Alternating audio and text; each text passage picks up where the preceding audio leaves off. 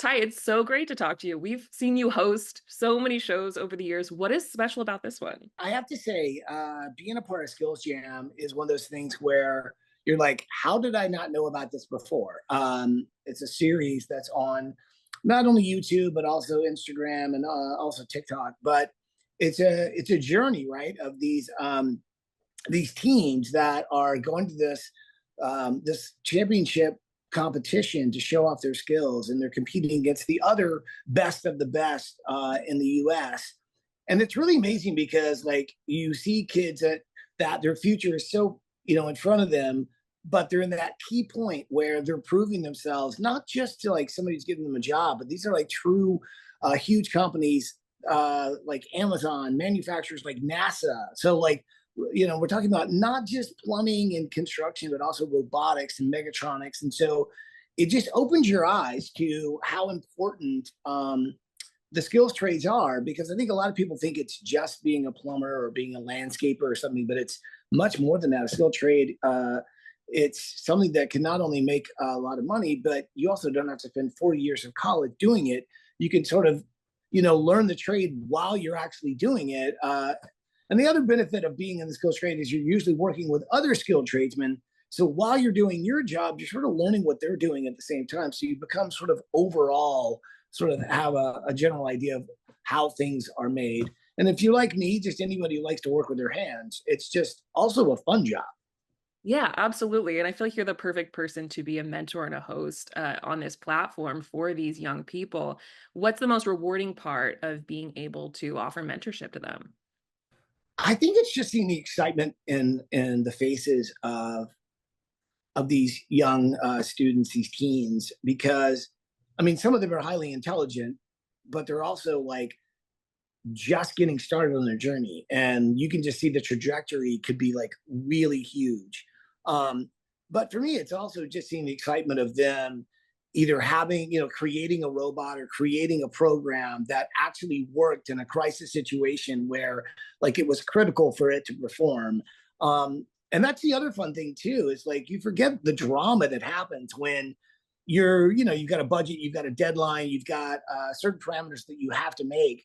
And meanwhile, so many people are watching you. And in this competition, what's really cool about the series is that we get to know these students, we get to see their journey. They sort of come from very humble beginnings, and all of a sudden they become like a big shot in a world where nobody else knew them until they showed up and they have the skills and they really stood out.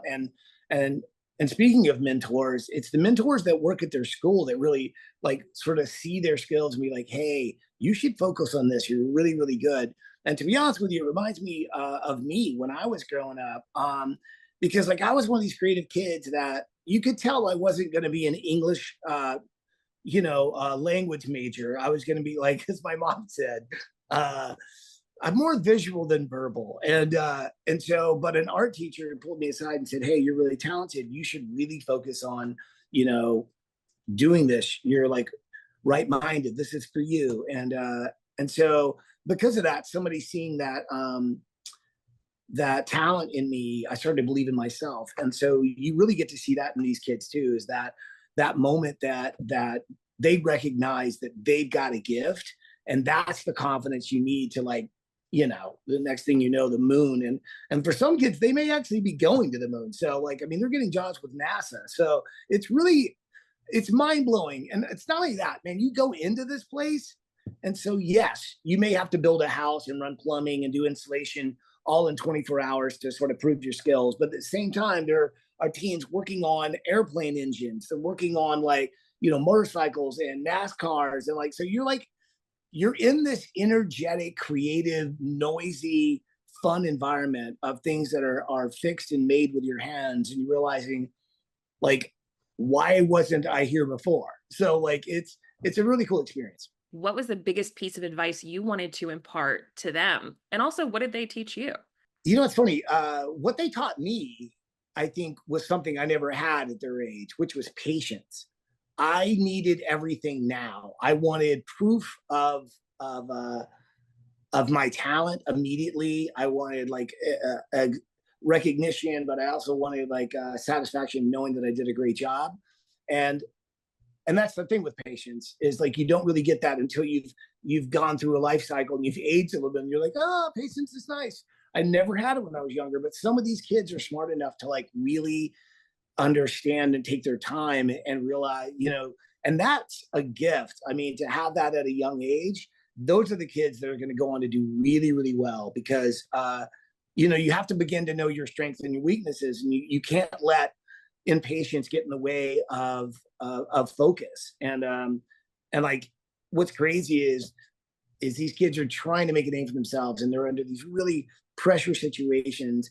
But in those moments when they find that calm and that focus, you see them really zoned in and solving problems. And that's exactly when, like, they hit a number and they're like, we're done, we got it. And you're like, oh my God, these kids did it before anybody else. And you're like, those are the ones that are going to go on to be like huge. So it's fun to watch the process, but at the same time, the elation and the excitement of all the faces of the kids that are there that are just seeing this for the first time and realizing not just how exciting it is, but like this is the beginning of their future. And there's so many directions they can go.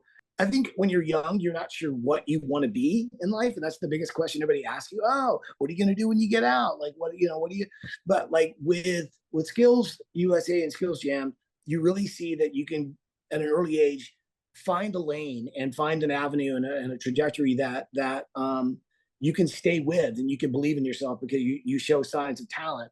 And that's how you have a happy life. That's how you have a job. You find something that you're good at that makes you happy, and boom, that's it. Like, that's all you need. And the great thing about this is, like, you can make enough money to start your own company. And we all want to be self-employed. Yeah, it's amazing how many avenues that these like skills and these passion can take you. You're just one example of that. I loved hearing about like you in high school and like your teachers realizing that you had that gift. How did you get from that point to getting the call for Trading Spaces and having your life really change? So here's how my life worked, and what I suggest for anybody that doesn't have a straight trajectory of what they want to do. So early on, I wanted to be an artist. That was my whole goal. And for a while, I wanted to be a graphic designer, and I won some awards. And I thought that's all I wanted to be because I could tell I was told I was good at it, and I won some awards. But then I realized that I was going to be behind a desk like 9 to 5 every single day. And this is a kid who's grown up like working on houses and working in landscaping and being outside. And so, like, I'm used to being outside and just doing different things.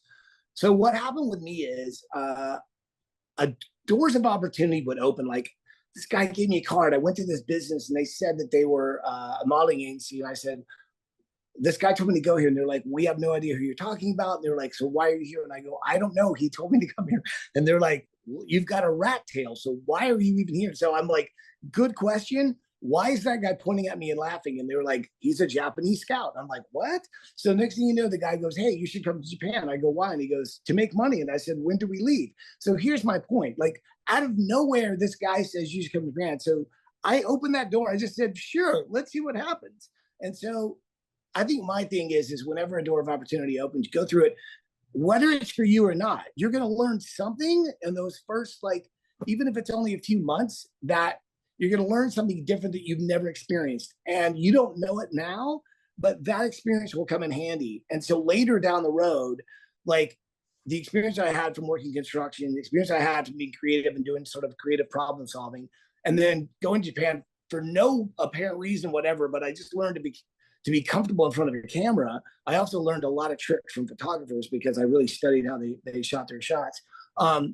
But, trajectory 8 to 10 years later down the road, I had all the different sort of experiences that sort of was exactly what they're looking for when I was casting Trading Spaces. And because I was also a ham, just ready to, produce whatever that I needed to make a fun scene. And so, like, it's kind of crazy, but I think, life is going to throw these different opportunities at you. And I think you just should not say no to anything. I say, go through every door, learn as much as you can about anything and everything. And eventually something will show up that you have exactly all the right skills for. And that's what's going to make you happy. That's a great takeaway. And it seems you walk through that door. You've just been walking through doors ever since. Now you're just like a beloved fixture on our TV. Yeah. So, like, it's crazy. And, you know, fans have so much love for you, and we're really, really worried about you last year with your Oh health God, yeah. crisis. So I wanted to say I'm so glad that you're doing well. How are you, and how has the past year been since that Oh happened? my God, I'm great. And like honestly, it's crazy that like you could get an abscess in your throat, which probably came from a friend of mine's daughter who went to camp and probably got some kind of weird flu, and then I got it, but like I never knew it was like hiding in the back of my throat. It's so crazy. So I'm good. I'm great. I'm super healthy. But you know what was great is like the amount of attention you get from almost dying is so fantastic. And like it's the greatest. You finally realize how much people love you. You're like, this is great. And I didn't have to die. So no, it's awesome. It was scary, but it just makes you realize like, you know, we all have to just like really, you have to stay healthy because anything can take you out that you're just not expecting. And so like, and if your body is not ready to fight off something really hard, like that's when you go, you know. And like I got messages from people who go, my brother died of that, or my family member died, like, you know. And like, so it was serious. Like I had no idea that was that real, but I knew it when they said they had to fly me off the mountain down to Denver and they had to like cut my throat. I was like, what?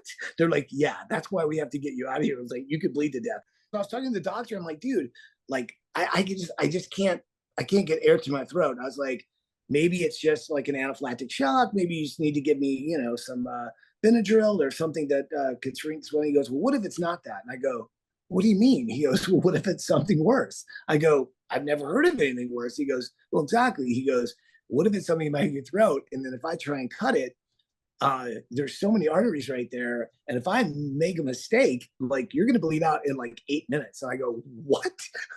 And so then I was like, hey, can I go to the bathroom before we go? And he goes, really? And I go, yeah, I can hold it. And and that was it. Next thing you know, I was out and I was like in Denver, you know, being operated on. But yeah, I mean, that's like just goes to show you, man, you never know what kind of twists and turns life's gonna throw at you. So you've gotta, you know, you've got to not only stay healthy, but you got to stay happy. That's what keeps the stress away. Yeah, absolutely. Because I feel like those near death experiences, they give you a lot of perspective on life. And for you, was that like focusing on health and happiness? Was there anything Yeah. else that you took away from it? I think just because up until that point, I mean, look, I've had some close calls. Like I flipped a Jeep with a friend of mine, like in 91. And honestly, like should not even be here. Like it was crazy. Like slid across the pavement, but like didn't break a bone. Um, Lost a lot of skin. So like there's only been two times where I'm like, wow, that was close. Um, I think, you know, those things are meant to just remind you to like really appreciate every day you're here and take advantage of them and just live like the best life you can, because like you just never know when your number's up. Like if it can just attach to your throat from like who knows what, you know, like out of nowhere, and you think it's just from like breathing air in when you sleep, it's like it's so much more than that. So yeah, you just gotta, you know, you gotta just live because you just never know. You already kind of joked about just the outpouring of love that you got from so many people. How were your like family and loved ones there to support you, your TV family? There's so much outpouring for so many different people that I've worked with, because I have so many different TV families. Because I've worked, I mean, it's crazy how lucky I am. I've been working in TV for like 25 years. I mean, isn't that nuts? I mean, it's wild. Like most people have 15 minutes, and I have like way past 15 years. So yeah, it just realized you just realize how lucky you are to not only have the experiences, but also to have the relationships from the jobs you've had, because you really do become a family, you know, when you're out there um, working every day in the trenches and trying to have fun. So yeah, it was a great reminder of how lucky I am as a human. When you say like 25 years on television, that like that's almost half a lifetime. I know. Crazy. You just celebrated a milestone birthday, so I have to say Yeah. happy birthday. Congratulations. I love Thank you. the Thank photo you. you shared was very good. Can you tell me about Yeah. posing for that photo for your wife and then deciding this is what I want to share to mark my Yeah. birthday? I mean, here's the thing. I am a photographer. And so, truth be known, like I was actually shooting a picture of her in that light. Um, but then she was like, you know, you should probably take a shot yourself. I was like, oh yeah, being the narcissist, I'm like, oh yes, maybe I will. But but yeah, like uh, I was just like, at 60, you're just like, oh my God, how do you, when we were younger, we never even thought like 60 was real. Like you would still be, I mean, look, let's face it, even hearing me talk, I'm a child in a, an old man's body. And so it's interesting because I always thought 60 was like retired, I didn't realize, but it's 60's not bad. I'm telling you guys, it's the new 40. So but no, it's interesting because I think we used to always all be scared of that number. Um, but it's really not as crazy and scary as you think. It does put life in perspective, though, that like whatever you're gonna do, you might want to put that list together soon. So luckily for me, like I've been doing fun stuff my entire life. So like I definitely have no regrets or anything I have to do that, I haven't done. So but yeah, I mean 60, man, wow. Um again, like all I can say is you got to stay healthy because like now when you hit when you get to the top of the mountain, that's when you got to be in the most shape. That's why they train for years to get to um the top, because it's the air is thinner up here. I love that that all started with your wife posing for the picture, and then you just Yeah. dropped, and that happened to be the shot. You're about to celebrate 3 years of marriage, I think, right? Yes. Yeah. So what have you learned most during that time, and like, what do you guys do to keep things so strong? There's funny. I saw an article, or I saw something across the phone that said the best relationships are when couples make fun of each other constantly, and it's true. I mean, it really is true. Like the amount of shade and just